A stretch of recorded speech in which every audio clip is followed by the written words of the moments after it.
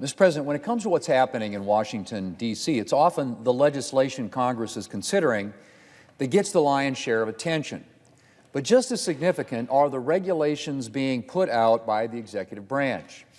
Regulations may not seem as significant as legislation, but they can have just as far-reaching effect as any law and can radically shift federal policy. And to look at the presidential administration's regulations can tell you a lot about that administration's approach to government. Over the past 2+ years, the Biden administration has built a record of regulation that reflects its big government, big spending priorities. Take the president's student loan giveaway, which, if the forgiveness portion is not overturned by the Supreme Court, is set to cost taxpayers nearly $1 trillion over the next decade. Or take his overreaching Waters of the United States rule, which, if enforced, would give the federal government sweeping jurisdiction over most water features on private property, including things like irrigation ditches, ephemeral streams, and even prairie potholes. The ability to create regulations gives a presidential administration a lot of power and the ability to do a lot of damage. Checks do exist on the regulatory power, however. And one check is provided by the Congressional Review Act, which allows Congress to pass resolutions of disapproval that repeal the regulations in question. Now, the President still has to sign the resolution for it to go into effect, or else 2/3 majorities in both houses of Congress have to override his veto. But the tool can be used to check excessive use of regulatory power. And Senate Republicans have been making regular use of the Congressional Review Act this Congress to attempt to address some egregious Biden administration regulations. We've passed 9 now resolutions of disapproval of Biden administration action so far this year, every single one of which has been bipartisan, which goes to show just how extreme the actions in question are. I mentioned Senator Capito's resolution to overturn the administration's Water of the United States rule. It's an Obama-era relic resurrected by the Biden Environmental Protection Agency. As I mentioned, if enforced, this rule would give the federal government jurisdiction over a vast number of water features on private property, including things like irrigation ditches and even prairie potholes, something we're very familiar with in my region of the country. Farmers, ranchers, and other private landowners could see parts of their land rendered useless for months while the federal government determines what restrictions to impose. Landowners could also be faced with huge compliance costs, and the value of their land could plummet.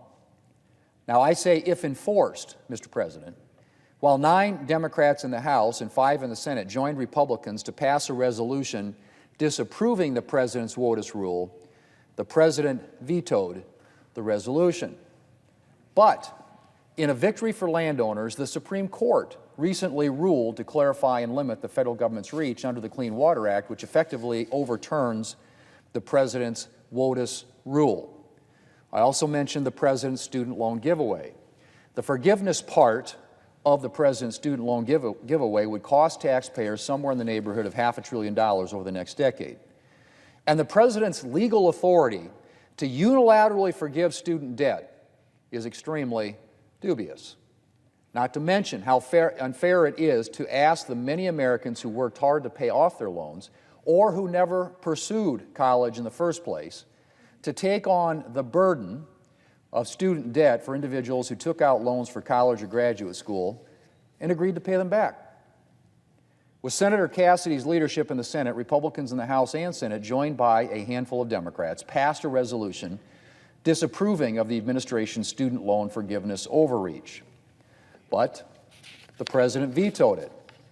However, the President's forgiveness plan could still be overruled by the Supreme Court, which is set to release its decision on 2 student loan forgiveness cases as soon as this week.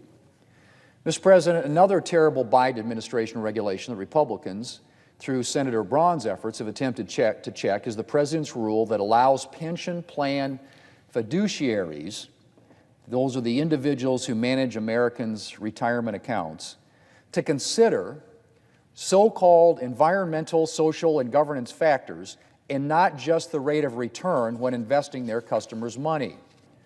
In other words, the individuals who manage $11.7 trillion of Americans' retirement are no longer required to make investment decisions based solely on maximizing return. Might come as a surprise to many of the people out there who have funds invested.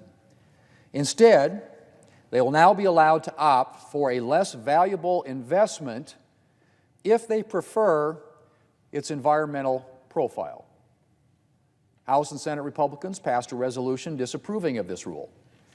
But unfortunately, again, the President vetoed it, meaning that for now, retirees may have to accept that environmental goals can come ahead of giving them a secure retirement. But it was important to bring attention to this regulation, one of a number of radical environmental regulations from the Biden administration. Mr. President, Senate Republicans have also passed resolutions from Senators Mullen and Marshall addressing Biden administration overuse of the Endangered Species Act, a resolution from Senator Lummis addressing the administration's expansive new definition of critical habitat, which could have major negative consequences for landowners and businesses, a resolution from Senator Fisher disapproving of an EPA rule on truck emissions that could drive some smaller trucking companies out of business entirely, and more. And we have more resolutions of disapproval in the pipeline. Mr. President, while unfortunately President Biden has predictably vetoed attempts to check his administration's aggressive use of federal power, we have had some successes. When Senator Capito announced her intention to challenge a Federal Highway Administration memo discouraging states from pursuing highway expansion projects and prioritizing funding for projects that reduce emissions, the Federal Highway Administration withdrew the memo and issued a revised version without the problematic language, which was a win for infrastructure investments in rural areas. And as I mentioned, while the President vetoed the resolution disapproving of his overreaching waters of the United States rule, the Supreme Court's recent decision effectively overturning this regulation is a win for farmers, for ranchers, and for other landowners, and honestly, Mr. President, for common sense. And while it wasn't a Biden administration regulation, Senator Hagerty led a successful charge in the Senate to overturn Washington, D.C.'s crime bill that would have weakened penalties for a number of crimes. Congress, of course, has the legal authority to block D.C. ordinances thanks to federal legislation rooted in the Constitution, which gives Congress legislative jurisdiction over the seat of the U.S. government, namely Washington, D.C.